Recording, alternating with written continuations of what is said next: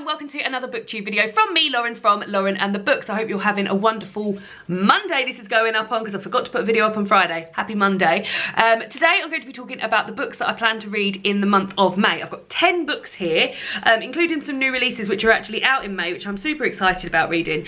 But I will start with a book that I've had for a while. David actually got me this for Christmas, and that is a picture book of Power to the Princess, 15 favourite fairy tales retold with girl power. This is written by Vita Morrow and it's illustrated by Julia Berechiatu, and it does as it says on the tin, guys. It's 15 stories retold with girl power. The illustrations are amazing. This is an illustration from the Little Mermaid story. It falls over sort of like 6 pages per story. Rapunzel, there's Rapunzel there, and there she is in her tower, and yeah, I'm really looking forward to reading it. I love reading these sort of things. Like, I feel like these are, maybe I'll read one when I get in from work, or read one before I go to bed, and yeah, there's 15 in there, so it shan't take me too long, and I will get through this in the month of May, but really looking forward to it. This front cover's good, isn't it, with Belle and Snow White on the front. Very much enjoying that. The next, I'll put them together because they're both new releases.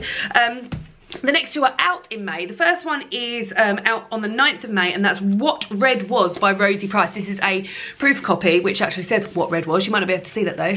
And this, I have been told, is very much like The Handmaid's Tale, which is one of my favourite books. And it says here, through their 4 years at university, Kate and Max are inseparable. For him, she breaks her solitude. For her, he leaves his busy circles behind. But loving Max means knowing his family, the wealthy Rippons, all generosity, social ease and quiet repression. Theirs is not Kate's world. At their London home just after graduation, her life is shattered apart in a bedroom while a party goes on downstairs.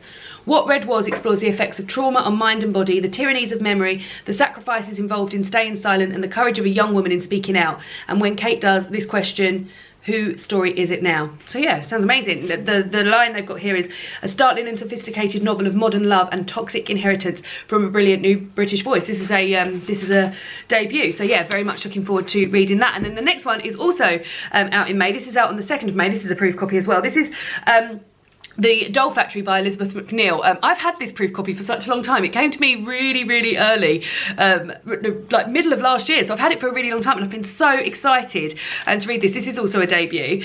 This is marketed as an intoxicating story of art, obsession and possession. So it says here, it's set in London in 1850 and the Great Exhibition is being built in Hyde Park. Among the crowd watching the spectacle, two people meet. Among the crowd watching the spectacle, the two people meet.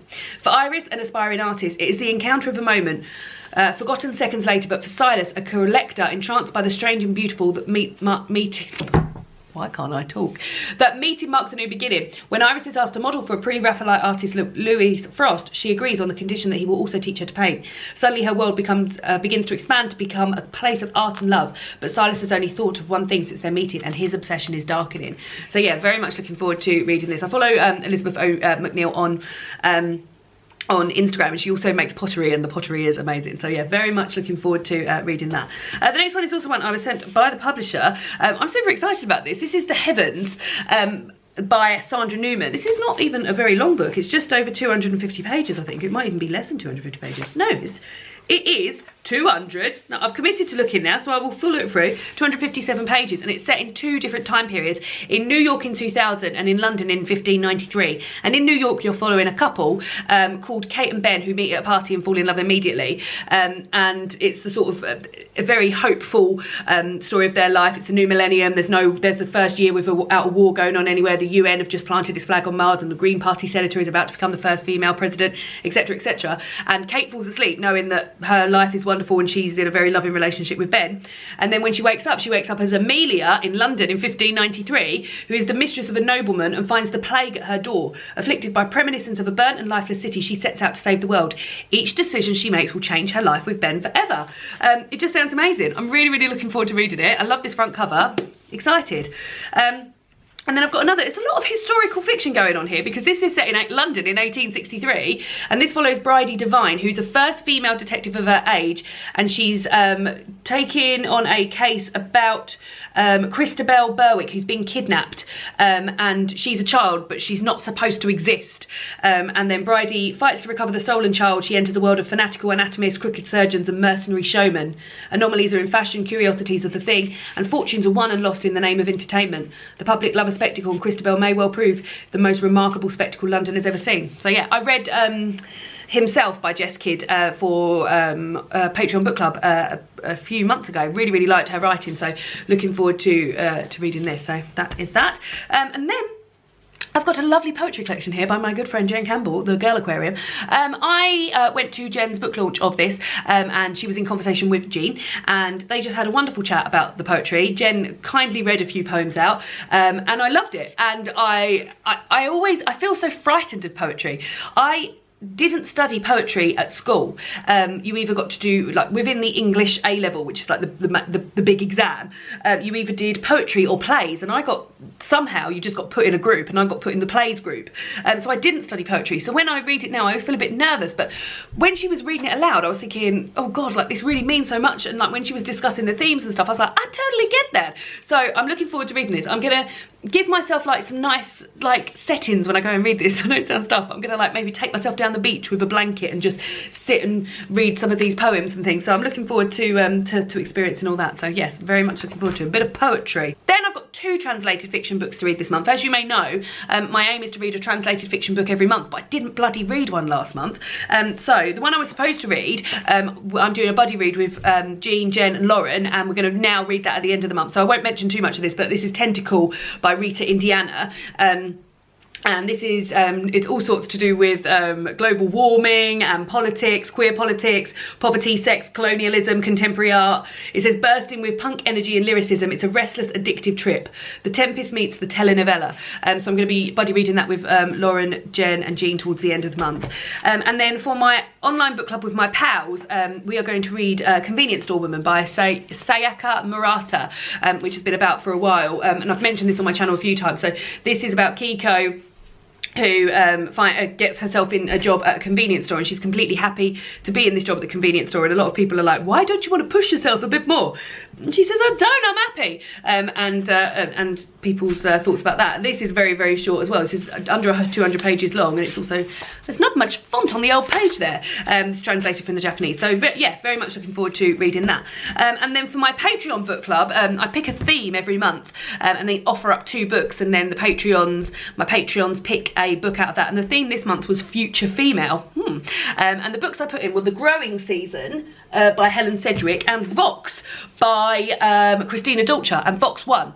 I am excited about this. I have heard sort of like people that really loved it, people that thought it was okay, and people who did not like it at all. So I'm interested to find out where I fall in that.